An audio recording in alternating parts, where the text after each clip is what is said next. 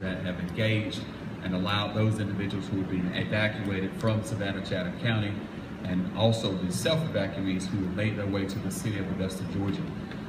I want to encourage all of our citizens to look for an opportunity to be engaged.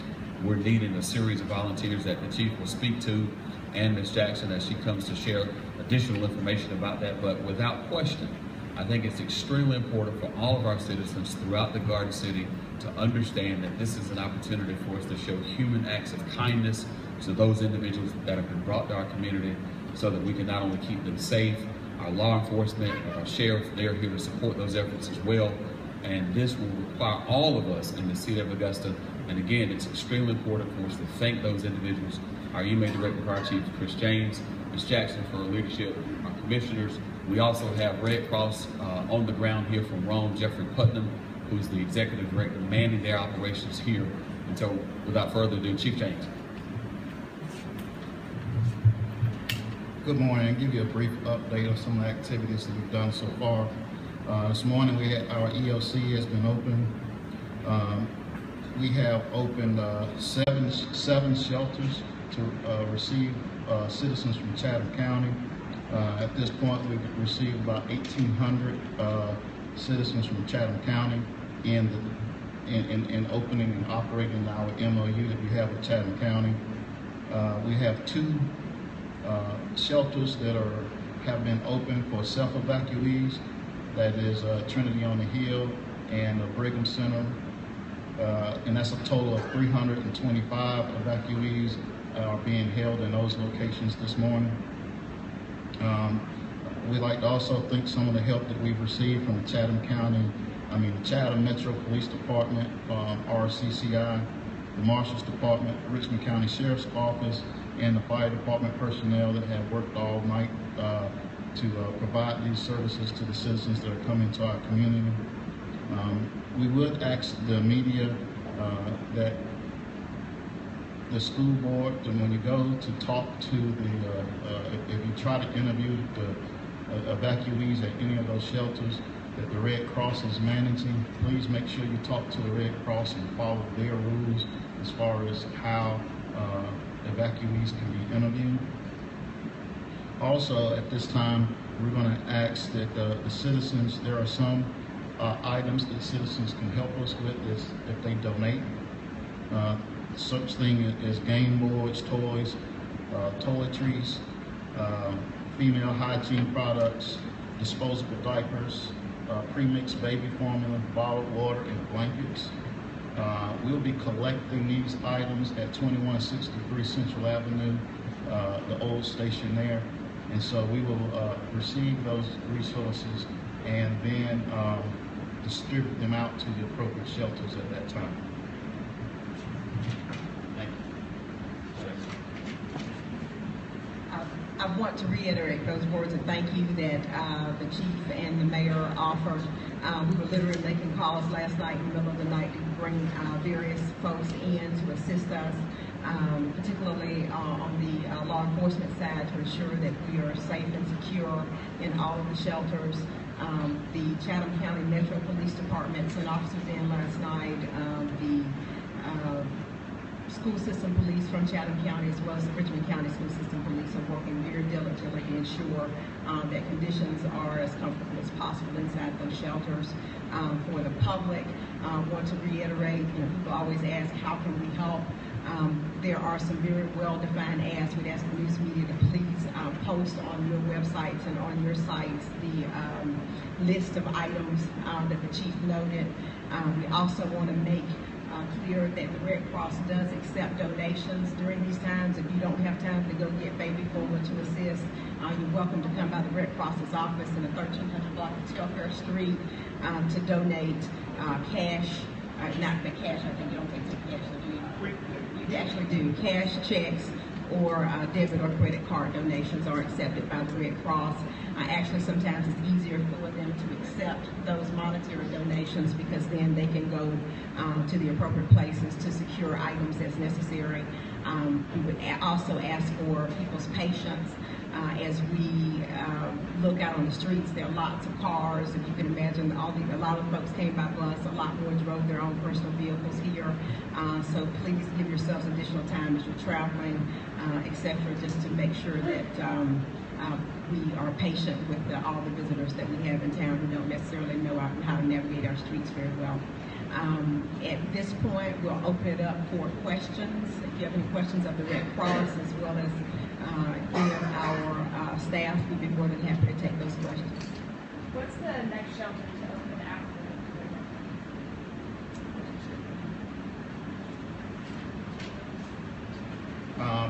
the next shelter that we will do for self-evacuees will be May Park Community Center. And then the school board right now has not identified the very next one that they would open if necessary. I have a question. When the Glens Hills High shelter, we received information that they were running out of food and water for evacuees. Some of those evacuees felt that you all weren't prepared for them coming in. How do you all plan to take care of that in the future? We are working with the Red Cross. The Red Cross is the agency that manages the shelter, and we make sure that we help them provide the resources that they need to provide services to those citizens that come in. And so we are continuous to work with the Red Cross. The school board is actually stepped up, and at all the school locations, the school board themselves are feeding the evacuees that are at all of the public schools. So they're taking care of the feedings. We spent last night delivering all the cots that we could get a hold of. And so cots are something that we would also take in to distribute out to the different shelters. But those things have been delivered to, from what resources we have. We've asked for the additional resources, but those things are being delivered to those shelters. And the school board is taking care of the feeding. We were hearing that GEMA is bringing in more pots. Is there any expectation for today?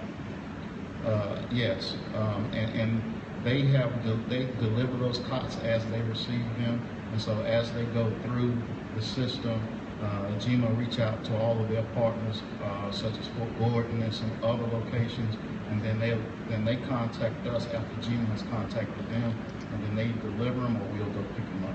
What other resources?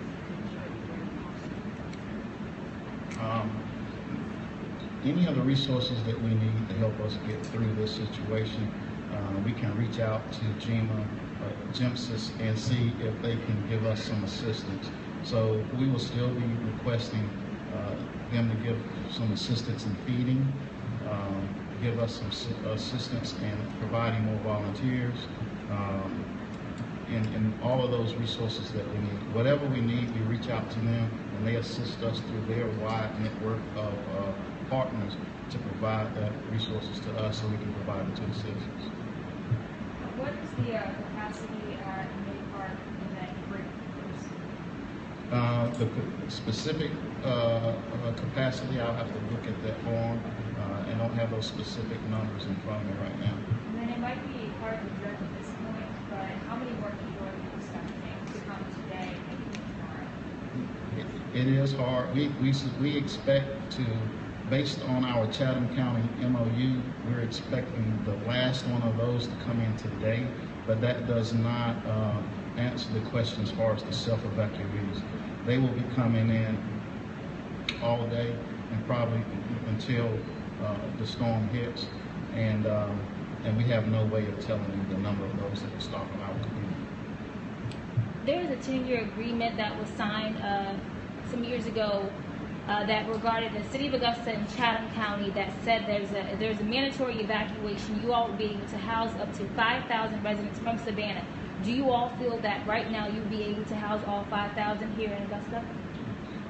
Right now, we can house all of the evacuees that they bring based on that plan.